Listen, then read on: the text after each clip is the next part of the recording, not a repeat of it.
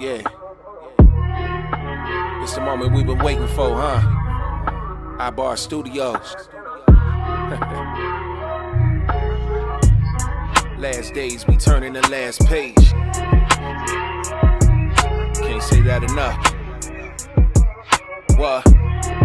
Yeah. As the eternal fire burns and the judgment is set, am I living for Abba Father or the love of success? I'm reminded of the rich man and Lazarus the beggar. He was living poor, begging for crumbs. The dogs licked his sores. The rich man in his lifetime enjoyed many good things. He died and lifted up his eyes. He was in flames. Lazarus was carried to the mountain of heaven. Take heed to this valuable lesson. I know the struggle's real, but you gotta let them cares go. Our Father feeds the birds, you worth more than many sparrows. I remember as a child waking up to nosebleeds, 3 a.m. bloody sheets. Mom, I had another scary dream. I couldn't understand why this was happening. Now that I know my calling, it makes sense. They've been after me. Why we rarely talk about spiritual warfare? All this knowledge we got, why we ain't going there? It's good to speak on sin and how we supposed to hate it, but Satan don't want you to know it's demons associated. Cause you might skip a few meals and fast them out. Plead the blood, bind them up, cast them out. You gotta be drawn from the breast, it ain't no faster route. Hold your head up, you was chosen, what you sad about? Now that we wide awake, they got their eyes on us. But I'ma bring this gospel out until my time is up. You gon' ride or what?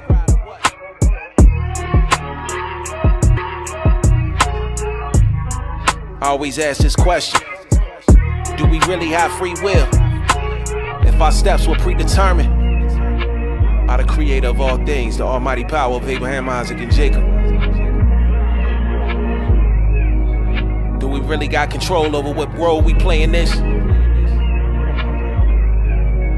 It's starting to seem like every step that we take, it's our destiny. What you gonna do with your hours, minutes, seconds? Repent or perish. It's almost midnight.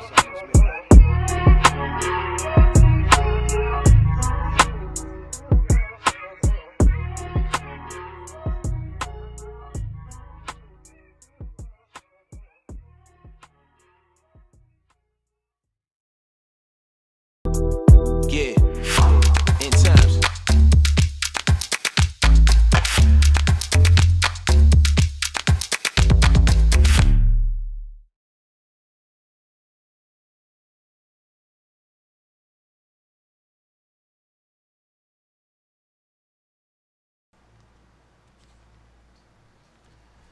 Shalom, y'all. Thank y'all for tuning in to another episode of Sincere Milk Mondays. My name is Minister Danya'ahla. I'm with my brother, Teacher Yehoram. So, we live, and today's topic is called Signs of God, right? Signs of God. So, there are signs all throughout the Bible. Signs all throughout the Bible. The thing about it is we got to understand what is a sign. What is the definition of a sign? What is the meaning of a sign, right? We know that in the Hebrew, signs can have different meanings, right?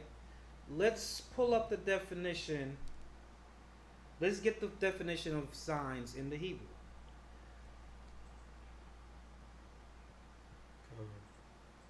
Hold on. We're gonna pull it up on the screen.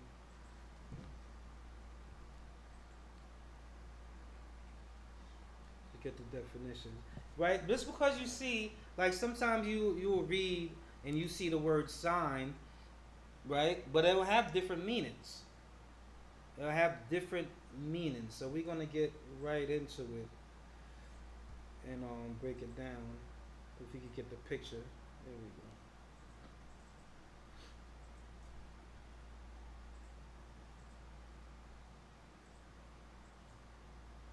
There we go. So let's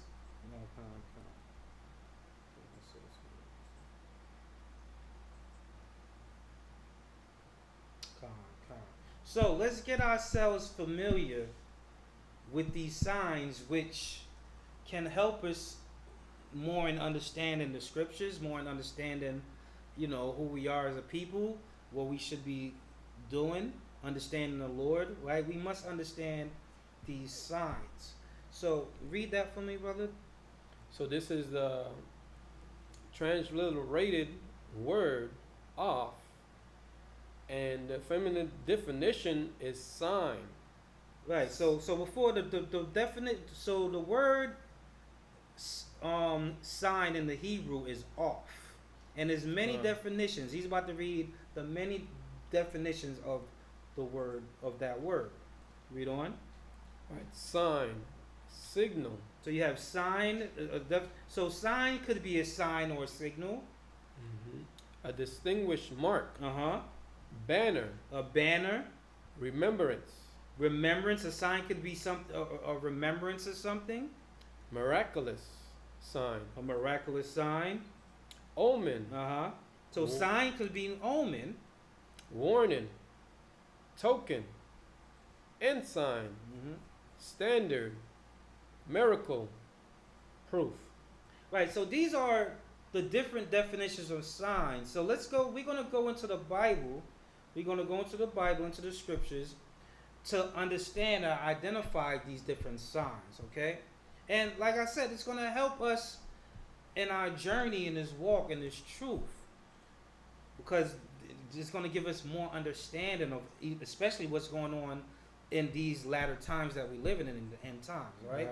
So the first one that you mentioned, well, we're going to jump down. It's a definition. It says a sign, signal. It says a distinguishing mark, right? So let's deal with a distinguishing mark, which is a sign in the scriptures, in the Bible, right? Let's go to Numbers chapter 21, and we're going to start at verse 5. Let's see. Numbers chapter 21. And we're going to start at let's start at verse 5. This is Numbers chapter 21 and verse 5. We're going to read 5 through 9. And the people spake against God and against Moses. Wherefore have he brought us up out of Egypt to die in the wilderness? So, right here, and right, what we're reading is when our people got delivered out of Egypt, right, out of the captivity from the Egyptians, and now we are in the wilderness. Okay, we're in the wilderness, and our people are complaining. Our people are complaining. Why? Because we're living in the wilderness now. Right? We just got delivered from captivity from the Egyptians, so we had homes and things of that nature. But now that we are free, we live in the wilderness. We're on our own now. Well, actually, we're not on our own. We have the Lord with us, but we are living in the wilderness, and we are complaining. Read. For there is no bread. They're complaining that we have no bread, which, food to eat. Neither is there any water, and our soul loafeth this light bread.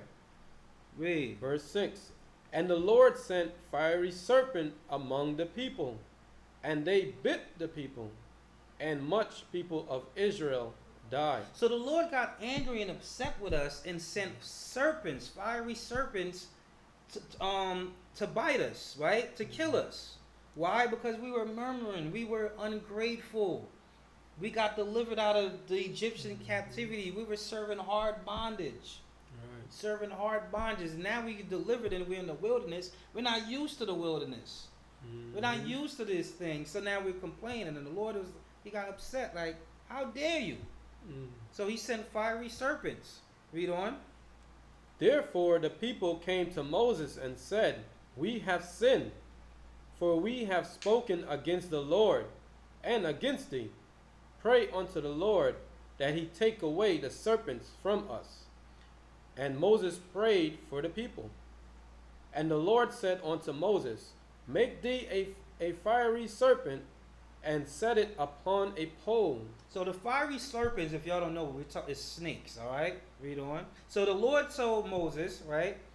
And the Lord said unto Moses, read verse 8 again. And the Lord said unto Moses, Make thee a fiery serpent, and set it upon a pole. And it shall come to pass, that every one that is bitten, when he looketh upon it, shall live. Read. Verse 9, and Moses made a serpent of brass, and put it upon a pole. And it came to pass, that if a serpent had bitten any man, when he beheld the serpent of brass, he lived. He lived. So now let's pull up the picture of this serpent that we're dealing with, this sign, the distinguishing mark that the Lord told Moses to put up, so that when our people, right, what happened? We repented, we asked the Lord for forgiveness. So the Lord is like, all right, told Moses, make a distinguishing mark or a sign, so that when the people see it, they can go and get healed. All right. So there we go. There go the fiery serpent sign. What they use that in our ambulances today. Right. You see that? So that what is that? An ambulance, right? In a hospital. So when you get sick, hurt, who do you call? You call the ambulance. They come pick you up. That's a sign showing you if you are sick and you need help, come to me. So that was a sign of a distinguishing mark. All right. From there, let's pull up another sign. Matter of fact, let's pull up the picture first. We're gonna pull up. The 12 tribes. The chart. People call it the chart. All right. So we're gonna pull this up. Right. This right here. What we're gonna be reading about is a banner or an ensign. That's another type of sign that the Lord gives us, and we're going to read this in Isaiah chapter 11, and we're going to start at Isaiah chapter 11 and we can start at verse 11. This is Isaiah chapter 11 and verse 11. And it shall come to pass in that day that the Lord shall set his hand against the second time to recover the remnant of his people, which shall be left from Assyria, and from Egypt, and from Patros, and from Cush, and from Elam, and from Shinar, and from Hatmath, and from the island of the sea. Right, so the Lord is telling us that he is going to recover us. Who's the us? The children of Israel. It says he's going to set his hand a second time and recover the remnant of his people, who was us, the Israelites. Why? Because we were scattered all over. And he starts to name all the land, and it says the islands of the sea. Right? Read on. And he shall set up an ensign for the nations. And he shall set up an ensign for the nations. That is another definition of sign, right? An ensign for the nations. Read.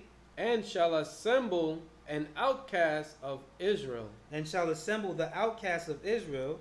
And gather together the dispersed of Judah from the four corners of the earth. Right, so let's pull up that ensign one more time. So the Lord gave us an ensign so we can identify who our people are today, who the Israelites are today. If you don't mind, let's pull that up one more time. I should have pulled it up afterwards. Oh, it's up there? All right, let's pull it up afterwards. So as you can see, that's an ensign. So it's showing Judah, Benjamin, Levi, and is identifying who these people are today, right? You have American blacks, you have the West Indians, you have the Haitians, the Northern Kingdom, Native Americans, so forth and so on, right? So the Lord gave us this ensign so that we can identify who we are today. So now, from there, let's go to Genesis chapter 9 and verse 15. Because the next definition of sign was remembrance or token. Let's deal with a remembrance of token. So what sign did the Lord give us as a remembrance or a token? Genesis chapter 9 and verse 15. We're going to start at, let's see. We might want to start above that. Genesis chapter 9 and verse, it looks like 12, right?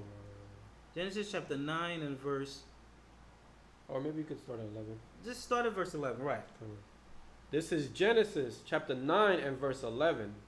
And I will establish my covenant with you. Neither shall all flesh be cut off any more by the water of a flood. So this we're dealing with is after the flood, where the Lord flooded the world, the earth, right, and destroyed everyone except for Noah and his sons, and certain animals and things of that nature, right? So this is after the flood, and the Lord is saying that He's going to establish a covenant, His covenant with us, the children of Israel, saying that we're not going to be destroyed by a flood anymore. The Lord said He's not going to destroy this world by a flood anymore. Read on. Neither shall there any more be a flood to destroy the earth. Right. So He said He's not going to do that anymore. Read. And God said, this is the token of the covenant which I make between me and you and every living creature that is with you for a perpetual generation. Verse 13, I do set my bow in the cloud, and it shall be for a token of a covenant between me and the earth. So the bow we talk about is the rainbow. The rainbow is a sign that the Lord gave us, showing us that He would not destroy the earth anymore by the flood. And as you can see, there go the rainbow, right? Now they want to defile the rainbow and turn it into something else, but the rainbow is ours. This is the rainbow take back. All right, this is the rainbow take back. We no longer going to allow y'all to defile the signs of the Lord. Right. And you're going to turn the rainbow into that wicked abomination, same sex, this and same. No. The Lord distinguished this sign, showing that He wasn't going to flood the world anymore. And we should be grateful for this. We should be grateful for that, all right? You can read on. Verse 14, and it shall come to pass, when I bring a cloud over the earth, that the bow shall be seen in the cloud. And I will remember my covenant, which is between me and you and every living creature of all flesh. See, so this sign is a remembrance that He's not going to destroy the world by water. Read on. And the water shall no more become a flood to destroy all flesh. Verse 16. Yeah. Verse 16. And the bow shall be in the cloud, and I will look upon it, that I may remember the everlasting covenant between God and every living creature of all flesh that is upon the earth. Right, so we should be grateful when we see this rainbow, not defile it and turn it into something wicked. Right. You know what I'm saying? So, from there, now, what's the next sign that the Lord gives us in the scriptures, right? We're going to deal with the miraculous sign, a miraculous sign. Let's go to Deuteronomy chapter 28 and verse 45. We're going to read 45 through 48. And it's Deuteronomy chapter 28 and verse 45. Moreover, all these curses shall come upon thee, and shall pursue thee, and overtake thee, till thou be destroyed, because thou hearken not unto the voice of the Lord thy God, to keep His commandments and His statutes, which I commanded thee. The Lord said that He's going to put curses upon us because we don't want to keep His laws. Read on. And they shall be upon thee for a sign and for a wonder. And these curses are going to be upon us for a sign. For a sign and a wonder. It's a miraculous sign. That's a miraculous, because it's not no weak, puny thing. It's not no, you know what I'm saying? It's a major curse. That's why it says for a sign and wonder. Somebody said to us the other day when we was out in camp, he couldn't believe. He said, yo, everywhere we go, why are we going through the things that we're going through? Right. And we told him that that's because it's the Lord's doing. That's the Lord miraculous sign showing us that we are the children of Israel and we need to get back right with the Lord. Right with the Lord, right. So we got to understand these signs. We must understand these signs so that we can return back to the Lord. And so He can lift these curses, all right? Read on. And upon thy seed forever. And it's a generational curse. That's how miraculous this sign will be. A generational curse. Your children, your children's children, so forth and so on. Read on. Verse 47, because thou servest not the Lord thy God with joyfulness and with gladness of heart for the abundance of all things, therefore shalt thou serve thy enemy, which the Lord sent against thee. So the Lord said, within this miraculous sign, we will have to serve our enemies. And then he's, how? Read on. Right, in hunger. Anything that we want to eat, McDonald's, all these other places, right? You want to go to the supermarket. We have to go to our enemies to get these things. Even if you have a farm down south, your own farm, you still have to get the supplies and all these things from your enemies, right? That was a curse that the Lord said was going to be upon us, a miraculous sign. Read on. And in thirst. Same thing with the water. Water is supposed to be free. We got to pay for water. Right? But we don't own these things. The Israelites don't own or control the water company. We don't own those things. So Coca-Cola and all of that, we don't own these things. Read on. And in nakedness. And the clothes that we put on our backs, we don't own the textile mills. We still have to go to our enemies for these things. Think on that. Think about it. That's a miraculous sign. I don't care if you sell it, if you got your own T-shirt company. You still have to get your supplies and material, your business license. You still have to get the license from your enemy to sell. Right.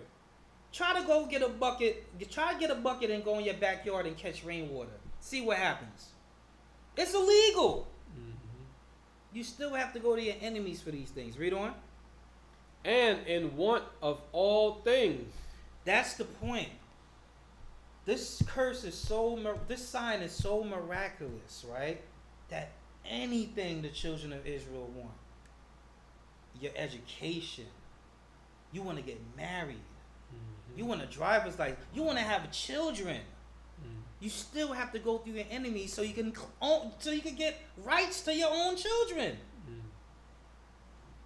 And I heard when you signed that birth certificate, you actually signing your rights away to the, to the state or whoever, to the government, right? Because now they could just, they could just take a child away from you. Right.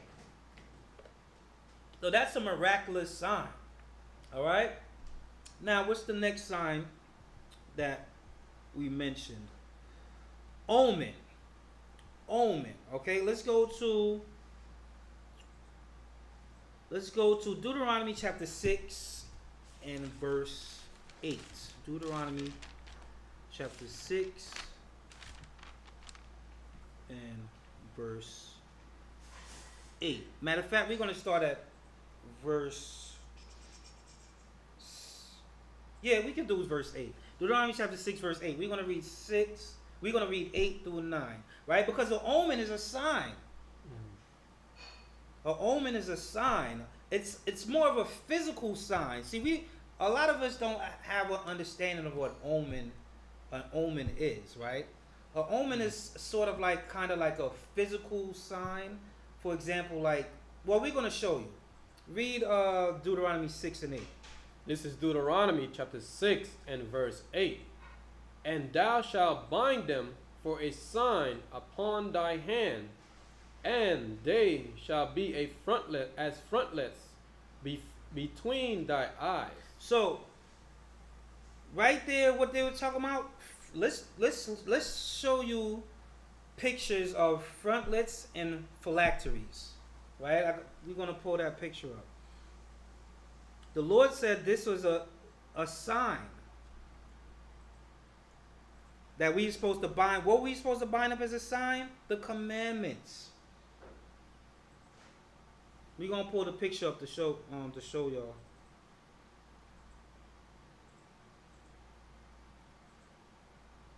There we go. Read that again while the picture is up. Start at verse 7. Verse 7. And thou shalt teach them diligently unto thy children, and shalt talk of them when thou sittest in thy house, and when thou walkest by the way, and when thou liest down, and when thou risest up. So we're talking about the commandments, all right? Read on. And thou shalt bind them for a sign upon thy hand. You see the phylacteries right there, what they have wrapped around their hand? That's an omen. That was a sign that the Lord told us to bind on our hands, which had the commandments on them, right? Read on. And they shall be as frontlets between thy eyes. And you see the frontlets, you see that little thing you put on your head? That also, you got one? Oh, we got it live. Oh, where? we got some. We gonna see. We got some. Okay. All right. I don't want to unravel it, but this is they had it on their head like this, all right? This is what they were wearing, and they had it wrapped around their head as frontlets. So this is what our people were doing. And these are signs. This is an omen to remind us to keep the commandments, all right? Because we need constant reminders sometimes. We always forget, children of Israel. So that was an omen. Give me Exodus chapter 12 and verse 7. Another omen. We're going to deal with the blood omen, all right? Exodus chapter 12 verse 7. Another omen, another sign that the Lord gave us. This is Exodus chapter 12 and verse 7. And they shall take of the blood and strike it on the two side posts and on the upper door posts of the houses. Right, so the Lord commanded us to take the blood from the lamb and strike it on the doorposts. It was which was a sign, an omen, right? Read on. What was that? Verse 7? Two sides posts. And you can read that. Start from the top again. Yeah. Verse 7. And they shall take of the blood and strike it on the two side posts on the upper doorposts of the houses, wherein they shall eat it. You see that? So jump down to verse 13. Verse 13. And the blood shall be to you for a token. See, the blood is for us as a token upon the houses where ye are. And when I see the blood, I will pass over you. And when the Lord see the blood, so this was a omen, a sign around on the Passover. So when the Lord see the blood, read. And the plague shall not be upon you to destroy you, when I smite the land of Egypt. Right, so that was another sign, omen, okay? From there, let's deal with another sign, which is warning. All right, we almost done. It's not going to be long, y'all. It's not going to be a long class, but we just want y'all to understand these signs, all right? So the next sign is warning signs. The Lord gives us a lot of warning signs. Let's go to Matthew chapter 24 and verse 3. We're going to read 3 through 14. 3 to 14? Yeah. I think you know which one this is. Yeah. This is Matthew chapter 24 and verse 3. And as he sat upon the Mount of Olives, the disciples came unto him privately, saying, Tell us, when shall these things be? And what shall be the signs of thy coming, and of the end of the world? And Jesus answered and said unto them, Take heed that no man deceive you. So now the people are asking Christ a sign of his coming, right? Read on. For many shall come in my name, saying, I am Christ, and shall deceive many. So these are the signs that we're going to look out for. So he said, many shall come in his name and said, I am Christ, and shall deceive many. And he shall hear of wars, and rumors of wars. See that he not be troubled, for all these things must come to pass, but the end is not yet. You see why it's important to understand these signs? Because if you don't understand, you'll be tripping. Oh, war coming, you wouldn't know what's going on, blinded, right? But now that we understand these signs that the Lord has given us, now when we see these things playing out today, right? We see wars, we see a lot of false prophets, a lot of false Christ, Caesar Borgia and all that, right? We understand these things must happen. It's a sign. A sign for what though? Read on. Right. Verse 7. For nation shall rise against nation, Mm-hmm. and kingdom against kingdom, and there shall be famine, and pestilence, and earthquakes in diverse places. So we hear about war brewing up. We hear now China thinking about attacking. Now we got the coronavirus, the pestilence, earthquakes, we got the earthquake in Haiti that just happened. 700 people, 700 plus people died, is dead in Haiti right now from this earthquake. These are Right. signs. And they still searching right now. And they still searching for more people. Signs of what? Read on. All these are the beginning of sorrows. Mm. Then shall they deliver you up to be afflicted, and shall kill you, and he shall be hated of all nations for my name's sake. And that's coming where us preaching the word, they're going to want to kill us just to be preaching the word. And we already being hated by all the nations. Why? Because we are God's chosen people. Read on. And then shall many be offended, and shall betray one another, and shall hate one another. Mm-hmm. And many false prophets shall rise. T.D. Jakes, Creflo Dollar, all these false pastors, leading our people to the slaughter, not teaching them the correct way. Read on. And shall deceive many. And that's what they're doing. They're deceiving many to the point where our people think they could just do whatever the heck they want to do, and they're going to get to the kingdom of heaven. I think not. Read on. And because iniquity shall abound, the love of many shall wax cold. And that's what we see even to this day and time. You can't even walk past your brother without, you can't even say hi to your brother anymore without him sizing you up or him wanting to fight you. You can't even speak to a sister without her thinking you're trying to sleep with her. Why? Because of iniquity. Because niggas is wicked as hell out here. We are doing these wickedness, and that's why the love is waxing cold. We don't have that trust for each other anymore. Right? Read on. Right, or they ignoring you completely. Yeah. Like you trying to talk to them and they just either looking the other way, Right. or they got their earphones acting like they listening to something or talking to somebody. Because you got too many thirsty Negroes out here trying to, what I'm saying, instead of trying to set them straight, you want that person to be your wife. Right. Think about it. Read on. Verse 13. But he that shall endure unto the end, the same shall be saved. Read. And this gospel of the kingdom shall be preached in all the world for a witness unto all nations, and then shall the end come. So this is signs showing you, warning us about the end times, right? And as we know, the end isn't here yet because the true gospel is not being preached around the world. All you got is Islam, Christianity, all those false preachings and teachings. That's why the end ain't come yet. All right? We just at the beginning of sorrows now. So from there, for the sake of time, let's go to Acts chapter 2, verse 16. Matter of fact, Salakia, we're going to jump that. We're going to go to the last one, which is miracle or proof. Right? Miracle or proof. That's another sign that the Lord gives us. Miracle or proof. We're going to go to Exodus chapter 4, and we're going to read 1 through 8. Exodus chapter 4.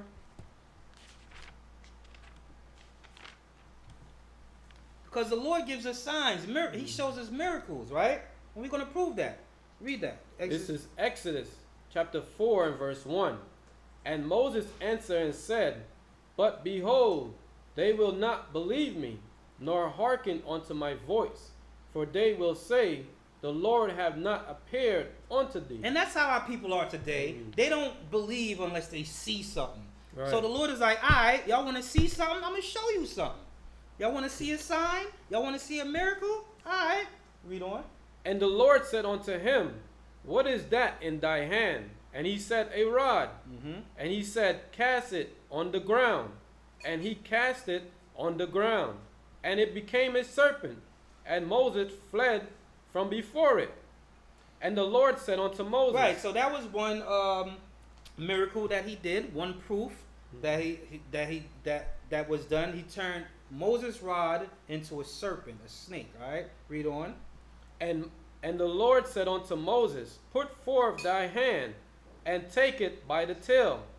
And he put forth his hands, and he caught it, and caught it, and it became a rod in his hand. Right. So it turned back into a rod. So that was a sign. Read on. That they may believe the Lord God of their fathers, and the God of Abraham, and the God of Isaac, and the God of Jacob have appeared unto thee. So we needed that miracle to believe. Read on. Verse 6. And the Lord said furthermore unto him, Put now thy hand into thy bosom. Mm-hmm. And he put his hand into his bosom, and when he took it out, behold, his hand was leprosy, as snow. So the Lord told Moses, put your hand in your bosom, put your hand in your chest. And then when Moses took it out, he had white people hand. He had Esau hand, leprosy. Because that's what that is. Make no mistake about it. That's what that is, right? A skin condition. All right, read on. And he said, Put thy hand into thy bosom again. And he put his hand into his bosom again, and plucked it out of his bosom. And behold, it was turned again as his other flesh. Read. And it shall come to pass, if thou wilt If they will not believe thee, neither hearken to the voice of the first sign. So if the children of Israel, if we didn't believe or the first sign, which he turned a rod into a snake, read. That they will believe the voice of the latter sign. And that they will believe the latter sign when Moses done put his hand. Do you believe that? You put your hand in your shirt, you take it back out, and there's a white people hand, leprosy, and all of that. So Right. these things we got to understand, in the Bible, different signs that the Lord has given us, so that we can have an understanding of how to live today, how to keep the commandments, how to endure until the end. All right. Right. So that concludes my lesson for the day. I'm Minister Danya'ahla, my brother. Teacher Yehoram. And thank you for tuning in to Sincere Milk Mondays. Like, share, subscribe. Shalom. Shalom.